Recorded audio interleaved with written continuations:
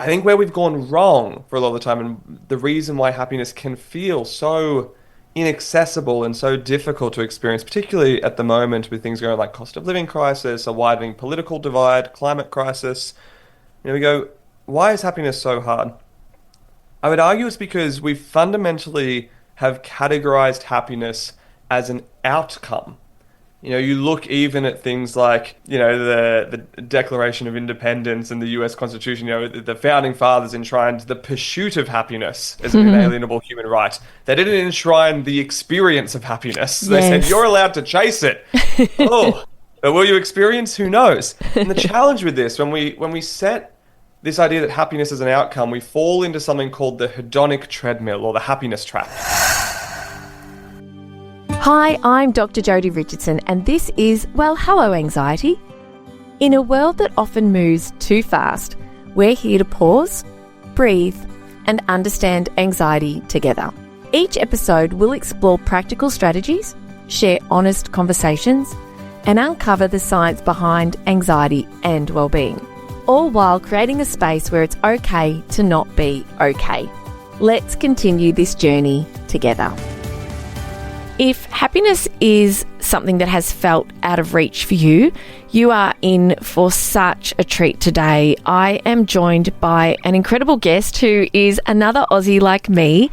Declan Edwards is a happiness researcher. He's a coach and he's also a consultant, and he is dedicated through all of his work, his podcast, his consulting, his speaking, his coaching, to really helping people like you and like me, as well as in organisations, to understand and master the skills, which there are many, and science of happiness. I love this. When I was reading his bio, he's travelled to every continent except Antarctica, and I thought that's such a good bucket list thing. I'm going to see about adding that to my bucket list. And interestingly, he asks people wherever he goes what happiness means to them. And so I want you to start thinking about what happiness means to you, because it can be so different for all of us. He has shared his work globally, speaking for organisations, including the United Nations General Assembly. So we are in for such a treat with such an exceptionally experienced guest today here on the podcast. And having Declan with us for this podcast is going to really teach us so much about how we can improve the quality of day-to-day for ourselves. Declan also teaches skills of science and happiness through his award-winning social enterprise, BU Happiness College. Declan, thank you for joining us. A huge and very warm welcome to the podcast. Thank you so much for having me. I'm excited for this one. And I love that you've got a social enterprise. Well, the BU Happiness College is a social enterprise, which means that you give back for every person that is connecting to the college and signing up to a program. You give back. Tell us a little bit about that before we get going. Yeah, it was one of the best things we ever did, to be honest. Something I'm very proud of. And for me, I don't know, I think this might be a bit too pie in the sky, optimistic, ambitious, but I think every business should exist to serve some sort of positive benefit to the world and should exist for a lot more than just profit. And particularly with my social enterprise, with BU Happiness College, we set out with this vision of growing global happiness, which is a very hard thing to do with a small team based in Australia, to change the happiness of the planet. And so what we started to do, go, well, what does that look like? How do we do that? Okay, well, one way is through coaching. We help individuals become happier. We help individuals learn more about the science and skills of happiness. The next way is through consulting and partnering with workplaces to help workplaces understand that happiness is a strategic competitive advantage and learn how to integrate it into their workforce. And then we hit a brick wall and went, what do we do past that? And at the time, I'd been introduced to an organization called B1G1. It stands for Buy One, Give One. Yeah. And essentially, it's every time someone does something at your business, in this case at BU Happiness College, something good happens in the world as a result through the United Nations Sustainable Development Goals. So some examples of that: every time someone comes to the college for their own personal development and for coaching, we fund 30 days of education access for a child in need. Every time someone fills out an anonymous feedback form, something as simple as, hey, you've seen us speak live, what did you think of it? We donate a day of clean drinking water to a community for people filling out that form. It's just been this little way of very intentionally giving back. And as a result of that work, a few years ago, one of the things I'm most proud of is we were recognised in Australia as a United Nations Sustainable Development Goal champion against organizations that were much larger and arguably much more resourced than us. We had Yeah. made a more tangible and measurable difference in the world.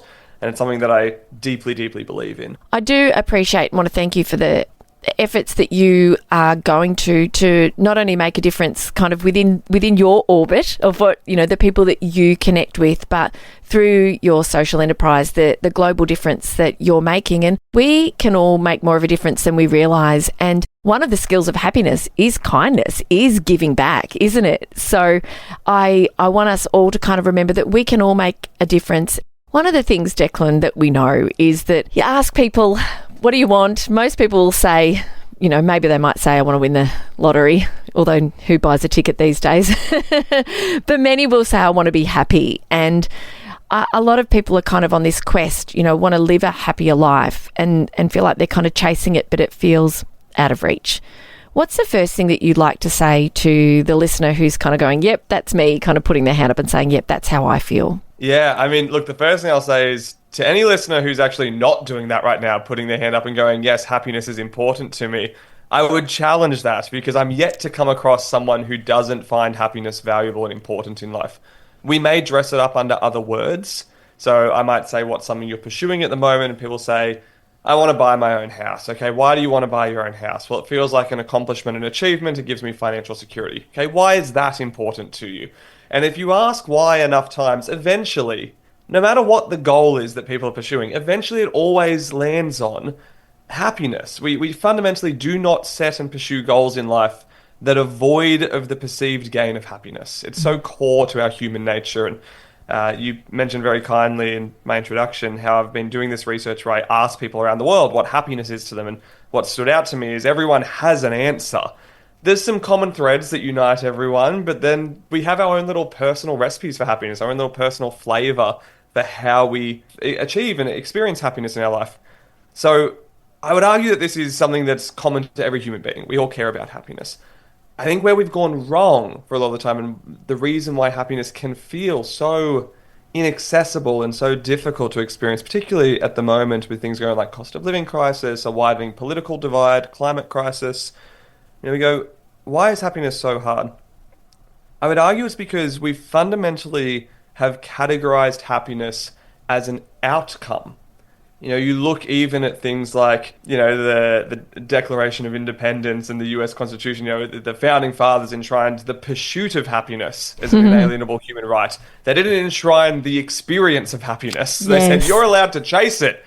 Oh, but will you experience? Who knows? And the challenge with this, when we set this idea that happiness is an outcome, we fall into something called the hedonic treadmill or the happiness trap. And I've been on it. I still end up on it sometimes, even as a happiness researcher. I think we all end up on this accidentally. It's, I'll be happy when.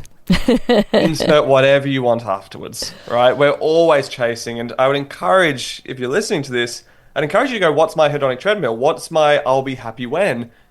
And notice within yourself, chances are in the past, you've set some bar or threshold.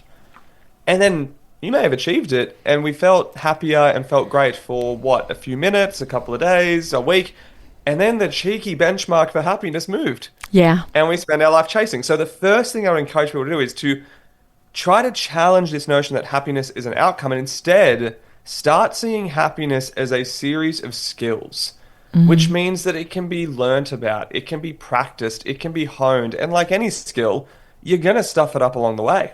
Like, I've been doing this work for 10 years now, and I still have days where I go, wow, I'm sucking at happiness today. That's human, that's normal. Comforting. But if we allow ourselves to be infallible, we get to practice and get better over time. We do. And it's so good. It's so human of you to say that. And what is hedonia? Tell us just a little bit more about that kind of type of happiness and how common it is for people to kind of look at happiness in that way. It's a good question. So hedonia or hedonic happiness. We need to go back and take a little ancient history lesson for a second. So Okay. The listeners are willing to join me in the time machine. We're going back to ancient Greece Ooh, for a moment. This is a first for the podcast. I'm liking this. Yeah, Yes. let's go. Let's all travel back. So basically in ancient Greece, we have these philosophers arguing about what does it mean to live a happy life. And you may have come across some of them before. You may have heard the names like Socrates, Aristotle. You may have heard these names before. And they're arguing what is happiness. And we have almost two branches of thought. There's hedonic or hedonia-based happiness, which is all about the pursuit of pleasure.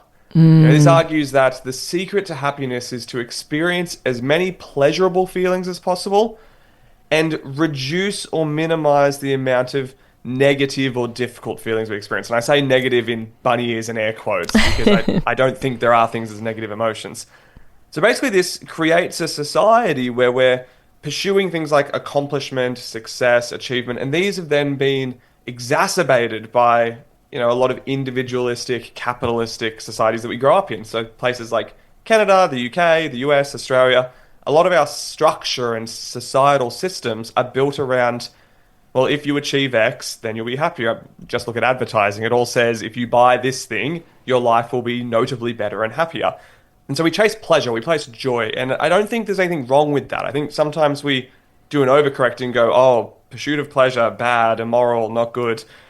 But on this flip side, we have this other group of ancient Greeks who go, actually, happiness is more what they call eudaimonic happiness. And to this day, I wish they chose an easier to spell word. EUD. Oh, I can't stand it. But I swear half my research is just spell checking how to spell eudaimonic happiness. So eudaimonic happiness comes in and says, actually, happiness is more about contentment. It's about meaning, purpose, contribution, and connection. It's a steadier state thing. It doesn't come and go as quickly. It's not as fleeting as the pleasure-based hedonic happiness. Now, where I've landed on this is in a very similar spot. If you remember the ad where there was a little girl who united a town that was arguing over whether they would have hard shell tacos or soft shell tacos. The old Paso ad, if we remember. Oh, yeah, I love it. Right? Clever. Same argument happening 3,000 years later. Right? Originally, it's the ancient Greeks arguing about happiness. Now we argue about hard shell and soft shell tacos. And then this little girl, if you remember the ad, and if you haven't seen it, go watch it. This little girl comes down and says, ¿Por qué no los dos? Like, why not both? Why don't we have a bit of both? And the town unites. Everyone is joyous. She gets picked up, and she's like, it's joyous. It's beautiful. I would argue it's the same with happiness. ¿Por qué no los dos? Like, why not build our happiness around, yes, moments of connection, purpose, meaning, contribution, and around moments of achievement, joy, pleasure, excitement. Like, they're all valuable, but we do need to have both. If we swing one way or the other too far, sometimes I joke if it's all eudaimonic and not hedonic, we live a very moral but boring life. It's the classic scholar and researcher or monk. If we go the other side, we live like the rock star life. High achievement, high accomplishment, all pleasure, maybe lacking a bit of substance. Yeah. So somewhere in the middle is what I would argue is a very fulfilling approach to happiness. I appreciate jumping in the time machine with you, Declan. Thank you. I think we can all relate, and depends on how we're raised as well, doesn't it? Like I look at myself, like personally, and I have achieved a lot, and I'm learning to play an instrument I've wanted to learn to play for a very long time. And so the achievement kind of part of me, I'm trying to kind of recognize that. And I think it's a good place to start, isn't it? And then the next step is, well, tell us about the science and the skills of happiness, because it might be the first time the person listening is thinking, skills, happiness skills? Tell me more. Yeah, so this has been probably the biggest foundation of my own approach to happiness. As I've done this work and done this research and done a lot of self-application of this too over the years, kind of landing on a philosophy of happiness built around going, happiness is fundamentally a series of skills, and there's many of them. Like at BU Happiness College, we teach 70 different skills that are associated with a happier life. I think the best way to learn about these and to be exposed to them is to understand the difference between technical skills, or previously called hard skills, and what we would argue are now humanistic skills, or they were previously called soft skills. You may have heard them referred to as soft skills before. There's all this research that shows that the soft skills, things like emotional intelligence, empathy, compassion, kindness, to your point before, resilience, like these skills, these psychological, heart-led human skills, are far more correlated with feeling happier in life and feeling fulfilled and feeling like satisfied with life. But we have an education system that's primary goal is not necessarily to help people become better human beings. The primary purpose and goal of our education system is to help people become good employees, Yeah. which means that since the Industrial Revolution, our education system has been built around the idea of helping people learn the technical hard skills required to perform a job. Now, don't get me wrong, I think it's important to have secure work. I think it's important to have a job. But if all we focus on is these technical skills, we lose a little bit of the humanity that actually is needed now more than ever. More and more workplaces and industries are asking for these human skills, and they're more in demand because let's look at the rise of artificial intelligence and machine learning, these things that are very rapidly going to do the hard technical skills better than us. It's already happening, right? Yeah. Industries are being disrupted. And so it's up to us to go, well, what actually makes us uniquely human? And what excites me about that is the things that make us uniquely human that are now more in demand in the workplace, they happen to be the exact same skills that lead to happiness. Yeah. So my hope is we now start to see more and more of an education system, more learning and development in the workplace. Hey, maybe even more learning in the house. I often ask at keynotes I give, put your hand up if you learnt about emotional intelligence, compassion, empathy, soft skills in school, and barely any hands go up. I know I didn't learn much of that when I went to school. It's more so now, which is exciting. It's coming to the curriculum. Yeah. And I go, okay, if you didn't put your hand up to that, put your hand up if you had really emotionally intelligent parents who taught this stuff at home and modeled it at home.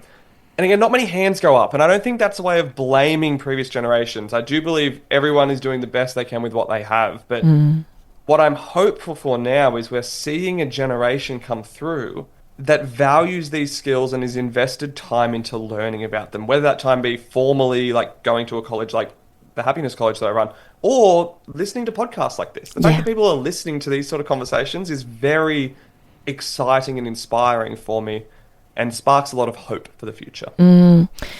The 70 skills that you mentioned, there might be a listener thinking, whoa, hello, hang on a second.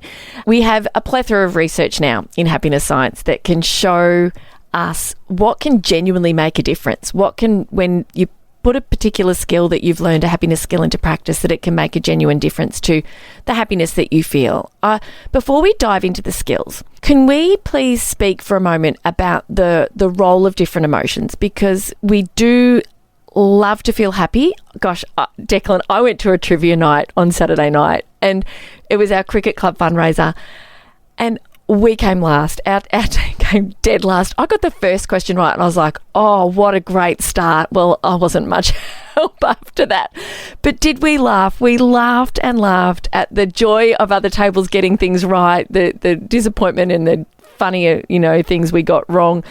And it was just like the most uplifting evening. And to bottle that, But then you can't feel like that all the time. And you did say before, no negative emotions. I mean, there'll be some people listening going, disagree, but it's just that there are emotions we don't like feeling. Can we just touch on that a bit? Because I'd like to kind of lay that as a bit of a foundation before we talk about the skills that can absolutely contribute to feeling more happiness and more joy in this wonderful life we all live. My favorite quote or perspective to answer this question, something I try to hold dearly to myself, is if we hope to live a fully filled life, which is just an extension of the word fulfilled, right? If we hope to live a fulfilled or fully filled life, then we must expect that we will inevitably experience the full range of human emotion.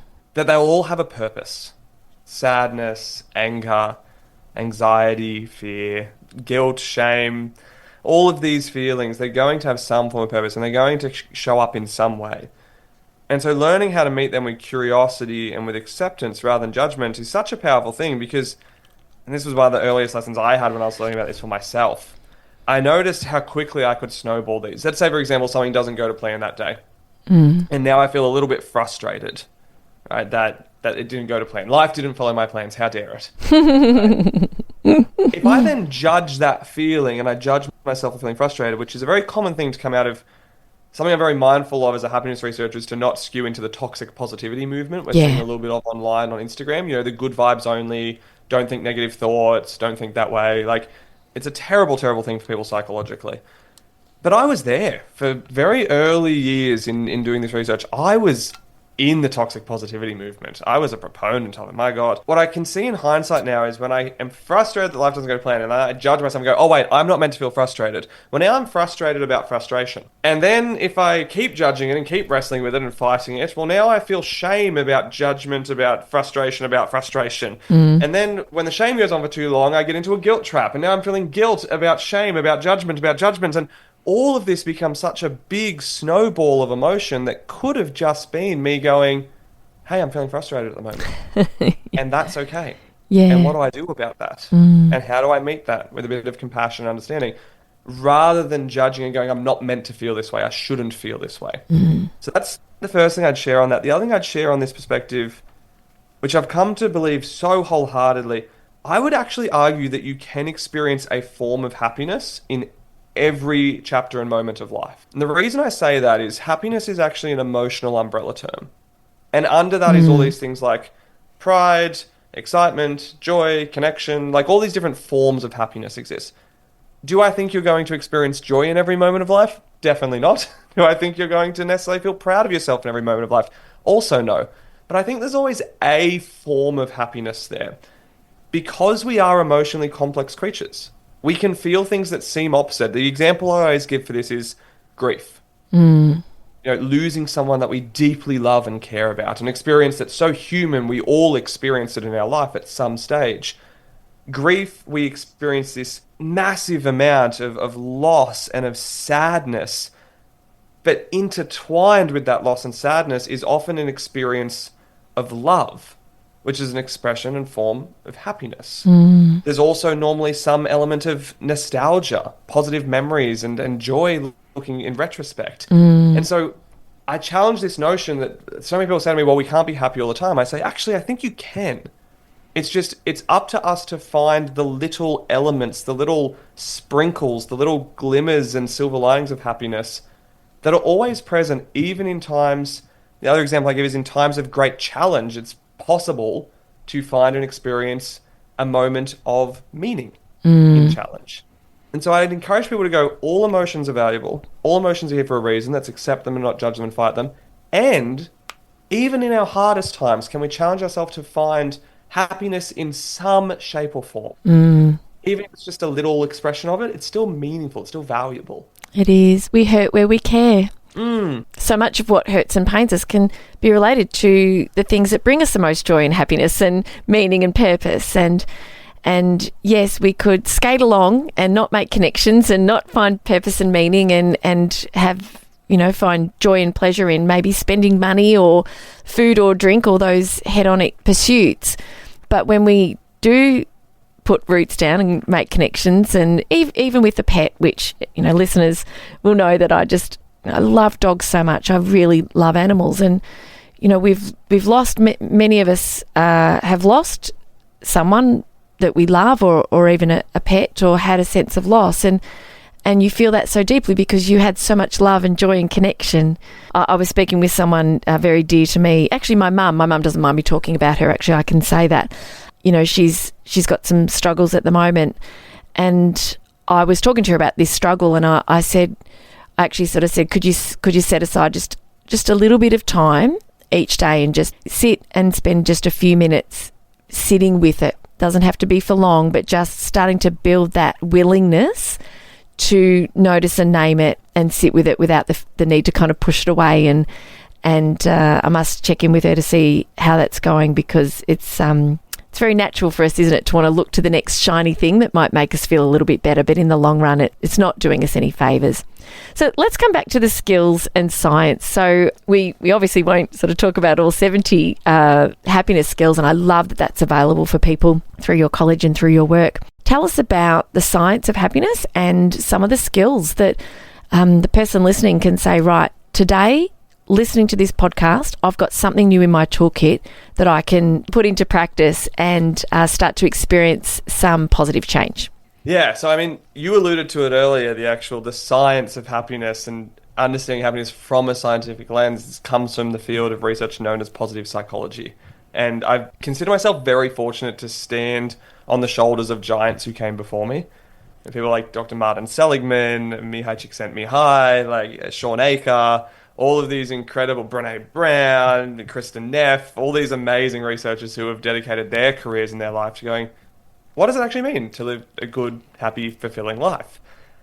And that blows my mind. The fact that happiness is something that's clearly mattered to humanity for a few thousand years, as we spoke about earlier in our time machine voyage, but it's only been relatively recently, like really within the last 3, 4 decades, that we started to go, well, hang on, we can try to understand this and get a better concrete understanding of what this means and how we do it. And as a result, what stumbles out of that research is something that's tangible, it's practical, and that's what I think excited me about it. Rather than we're seeing a big boom of new age life coaching. And look, I'm a big fan of, if it doesn't harm anyone, whatever floats your boat, go for it. I don't personally subscribe to things like astrology or whatnot, but I've seen people who love it and it works well for them, and fantastic, go to town. I'm not going to yuck someone's yum, right? But for me, I liked the rigor and structure that came out of positive psychology. I liked, the work has been done here to showcase it and to prove it. And what I started to find the more I dug into it was there were particular skills that I could learn and get better at and practice. And I didn't have to see happiness or even some of these skills like self-worth and self-esteem and self-compassion. I think in the past I saw them as you're either born confident or you're not. You're a confident person or you're not. You're outgoing or you're not. You're optimistic or you're not. It's a very deterministic viewpoint. And I've now come to be like, well, actually, I can practice those things. And look, some of them I'll pick up more naturally. Like I might have a little bit more of a natural proclivity towards some of them. And others might be harder, but I can still do it. I can still learn it. It might be imperfect and I might stuff it up along the way, but I'd rather try than not try. Yeah. And so out of that research comes all these different skills. And I'm glad you said we won't have time for all 70 because you would also be testing my memory to rattle off all 70 off the top. But I'm writing a book at the moment. I've just lined up a book deal where I'm sharing what I consider to be the most important 5. Congratulations. Let's just pause there for a minute. That's cool. That's really cool. Well, that's actually the first time I'm announcing it publicly. Wow. So there you go. Listeners get a little inside scoop. There is a book on the way and coming out. I don't know what the final title will be at the moment, but we're working with the working title of How to Be Happy, 5 Skills for a Better Life. Yeah. And we're looking at these core 5 that I consider the most important. Yes. And in no particular order, emotional intelligence. This is one that's been pretty popular for about 30 or so years. It came out very early. Daniel Goleman did some great work around this. There's all these great frameworks around basically, are we able to be aware of and understand our emotions and to work with them rather than wrestle with them? Very important skill. The second skill that I argue is essential for happiness is learning to look inward. And the reason I say that's so important is we can look back through different religions, philosophies, perspectives over humanity. Nearly all of them have some form of meditation or mindfulness or inward self-reflection. Even I'd argue prayer to a degree is some part of this, right? So we live in a society at the moment where our attention is increasingly an economy.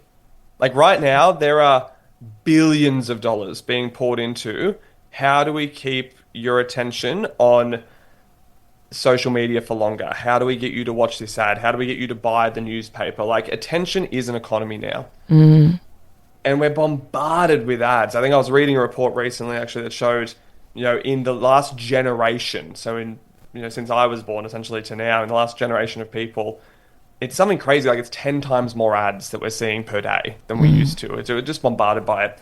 And so I think in this increasingly external focused world, it's becoming a rarer and rarer skill to connect back to ourselves and to spend time with ourselves. Yeah. Like meaningful time with ourselves and to look inward. So how you do that, I don't particularly mind, whether it's meditation, mindfulness, journaling, self-reflection.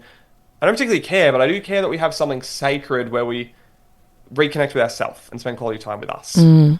Declan, before we move on, tell us please, what's the practice that you enjoy to take some time to look inward? I have 2 that I particularly love. Yep. And I will say this straight away. I am a recovering meditation and mindfulness skeptic in the sense that I read all the research about how good it was for you, and I told myself for many years that it was good for everyone else and not for me.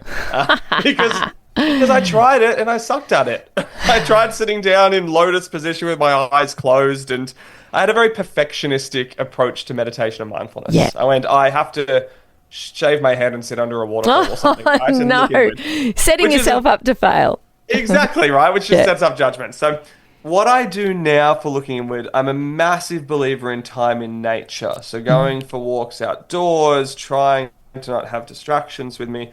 I know in Japan they call it Shinrin-yoku, the act of forest bathing, immersing ourselves in nature. I love that in terms of when I feel most deeply connected to myself is normally when I'm pretty deeply connected to nature. Yeah.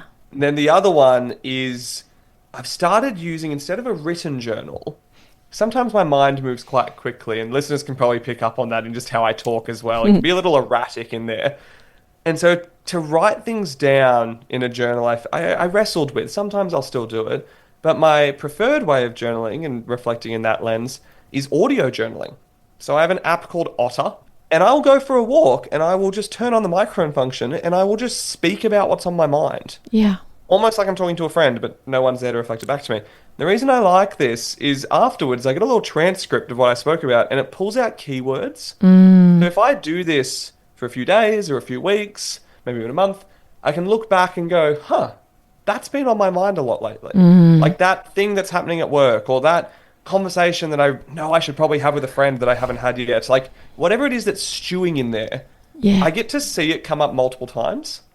And I go, maybe it's time to do something about that. Right? So I think it's a nice way to reflect back to myself. The act of speaking out loud, we often know if we talk to a friend, we share with someone that we're having a hard time or sort of unpack a problem, can be really healing, can be very therapeutic.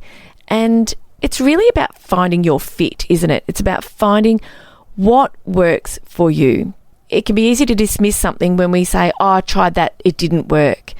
And I wonder if you could just share with listeners what to expect if you do sit quietly, whether it's on a mat in the lotus position, which might get pretty uncomfortable pretty quickly. Like I just sit in a comfy chair in the house, like, like the crossing of the legs might be the thing that sort of stops you from pursuing that, continuing that. Perhaps a little insight into anyone who's thinking, you know what, my world is racing. Everything just feels like the wheels are just spinning faster every day, every week. And time is flying by, because mindfulness and inward reflection is a nice way to kind of recapture time in our lives and with our friends and family and loved ones. What can people expect the first time they might sit down and they just want to do a simple breath meditation? They want to sit and just pay attention to the breath in through the nostrils, out through the nostrils. What might people expect to happen to their thinking? Yeah, so I'm not sure if I can speak on behalf of like what 8 billion people's experience this will be, but what I can say is expect it to not go to plan. What that specifically looks like, I've had experiences and I've heard from people who said, I sat down to meditate or journal and all I could think about was all the other stuff that I had to do that day. And other people would think about, am I doing it right or am I doing it wrong? Other people would think about, and this happens to me sometimes I start my audio journaling with the sentence, well, here I am doing my audio journaling and I have no idea what I'm going to talk about today, but I'm just showing up to do it and we'll see what happens. So like I'm kind of just allowing it to unfold. But sometimes when you first sit there, nothing happens. And that's also okay. So I'd encourage you to not do what I did, which is go in with this very preconceived notion of this is going to be life-changing immediately. I think of it more like exercise, right? We don't go and do one sort of workout and expect it's going to fundamentally change our physical health. We show up and we do it consistently and imperfectly, and over time it helps. It's kind of the same with these looking inward practices, with our journaling or meditation, whatever it is for you. Just expect that it's not going to go to plan. It's not going to be perfect. And that's kind of the beautiful part of it. It doesn't have to be to still be valuable. And actually, I've heard it shared before, the perspective that 20 minutes per day is the recommended practice for having inward time, like reconnecting to ourselves, getting in nature, whatever it is. 20 minutes a day, how you split it up to you. The exception to that rule is if you feel you are far too busy and life is too overwhelming and hectic to do 20 minutes a day, then the prescription is 40 minutes. Because those are the times when you need it the most. When you feel you don't have time for it, that's probably when you need it the most. So we'll it's so true. So true. that brings us to the end of part 1 of this 2-part episode with happiness researcher, coach and consultant Declan Edwards. Tune in again next week and we will be back with part 2 where you can learn more of the skills of happiness, and you can also learn what is Declan's go-to strategy when he's having a really hard day. So I very much look forward to being back with you again next week. Thank you for sharing this time with me on Well, Hello Anxiety. Remember, understanding anxiety is the first step to managing it. Until next time, be gentle with yourself. Take things one moment at a time. Focus on what you can control and know that you are not alone on this journey. If you found value in today's episode, please share it with someone who might need to hear it too. I'm Dr. Jodie Richardson, and I'll meet you right back here next week.